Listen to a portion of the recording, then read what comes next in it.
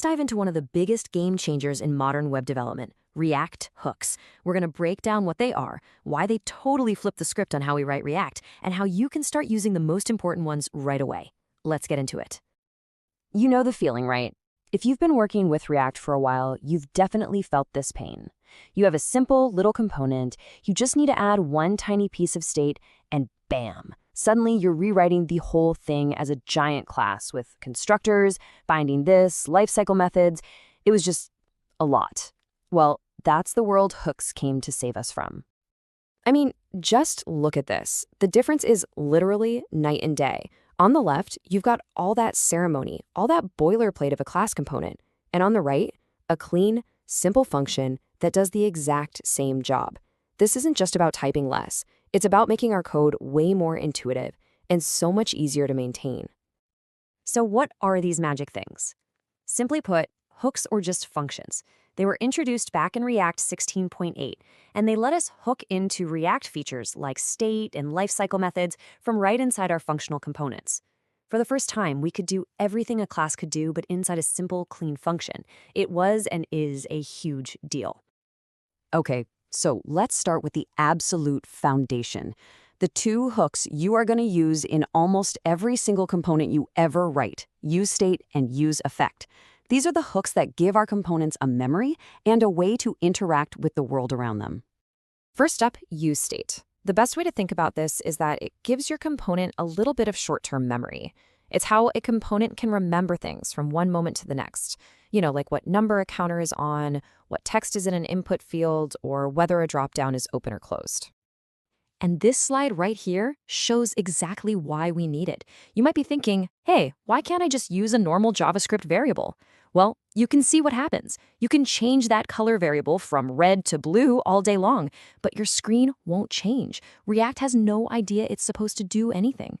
useState is how we tell React, hey, this value is important. I need you to watch it, and when it changes, you need to repaint the screen to show that change. And this is what it looks like in practice. You're going to get very familiar with this line. You call useState and give it an initial value, in this case, 0. What you get back is an array with two things. First, the actual value of the state right now, we're calling it count, and second, a function to change that value, which we're calling setCount. It's a simple, powerful pattern. Okay, so useState is memory. But what about when our components need to do stuff? You know, things that aren't just about calculating what to show on the screen. We call these side effects.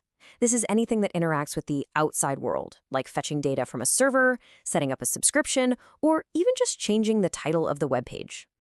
And our tool for that job is useEffect. This is your dedicated, safe place to put all of that side effect logic. It's designed to run after React has finished its rendering work, so all that outside world stuff doesn't get in the way of making your UI snappy and responsive. Now, this is the part that can be a little tricky at first. The dependency array is that second argument you pass to useEffect, and it is super important because it tells React when to run your effect. If you leave it off completely, the effect runs after every single render, which can be dangerous. Pass an empty array, empty in quotations, and it runs only once, right after the component first appears, perfect for that initial data fetch. Or if you put a value in there, like count, the effect will run that first time, and any time the count value changes. Getting this right is the key to mastering useEffect. All right, we've got our components remembering things and talking to the outside world. Now let's talk about making them fast, because as your apps get bigger, you want to make sure you're not doing any unnecessary work. That's where memoization comes in. Here's the core issue. In React, when a parent component updates, it re-renders all of its children by default, every single one, even if nothing has changed for those children. In a small app, you'd never notice, but in a big, complex one, this can create a cascade of re-renders that really slows things down. And to solve that, we have two handy hooks, useMemo and useCallback. They sound really similar, but they do distinct things. Here's the main takeaway, the thing to remember. useMemo caches a value, like the result of a really expensive calculation. useCallback, on the other hand, caches a function itself.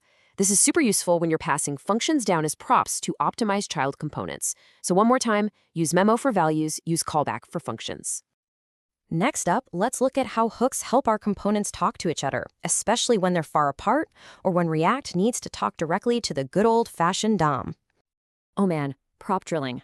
If you've ever built a React app of any size, you have felt this pain. The top-level app component has some data. Way down at the bottom, the contact component needs it. But the profile component in the middle, it couldn't care less about that data. But you still have to pass it through as a prop just so it can get to its destination. It's messy and makes changing things a real headache. Well, the solution is useContext. This hook lets you create a sort of direct data tunnel. You provide the data at a high level in your app, and then any component deep down inside that tree can just ask for it directly with the useContext hook. No more passing props through components that don't need them. It's a lifesaver. Then we have useRef. This one is special. It's kind of like an escape hatch from the normal React data flow. Its number one job is to give you direct access to a DOM element, so you can do things like programmatically focus an input field, but it also has another cool trick. It can hold a value that can change over time without causing the component to re-render. It's a very specific tool, but when you need it, it's invaluable. So we've covered the essentials, the hooks you'll use every day. But the power of this system goes way beyond that. Let's touch on a more advanced hook, and then the best part of all, making your own. For simple state, useState is your go-to. It's perfect, but what about when you have really complex state with lots of different ways it can change? For that, we have useReducer. It's like useState's bigger, more organized sibling. Instead of just setting a new value, you dispatch an action describing what happened, and a central reducer function handles all the logic. It's amazing for managing complex state in a predictable way. And this all leads to the true magic of hooks. They aren't just a list of functions React gives you. They are building blocks. You can take useState, useEffect, and any other hook, wrap them up in your own function, and create your very own custom hook. This quote from the source material just nails it. Think about it. Do you find yourself writing the same data fetching and loading logic over and over? Pull it out into a useFetch hook. Are you constantly saving stuff to the browser's local storage? Make a useLocalStorage hook. This is how you share logic and build a truly reusable and clean codebase. And there you have it, a quick tour of the world of React hooks. From the simple memory of useState to the incredible power of building your own custom hooks, they give us an amazing toolkit. The real fun begins when you stop just using them and start combining them to solve your own problems. So take a look at the code you're working on and ask yourself, what will be your first custom hook?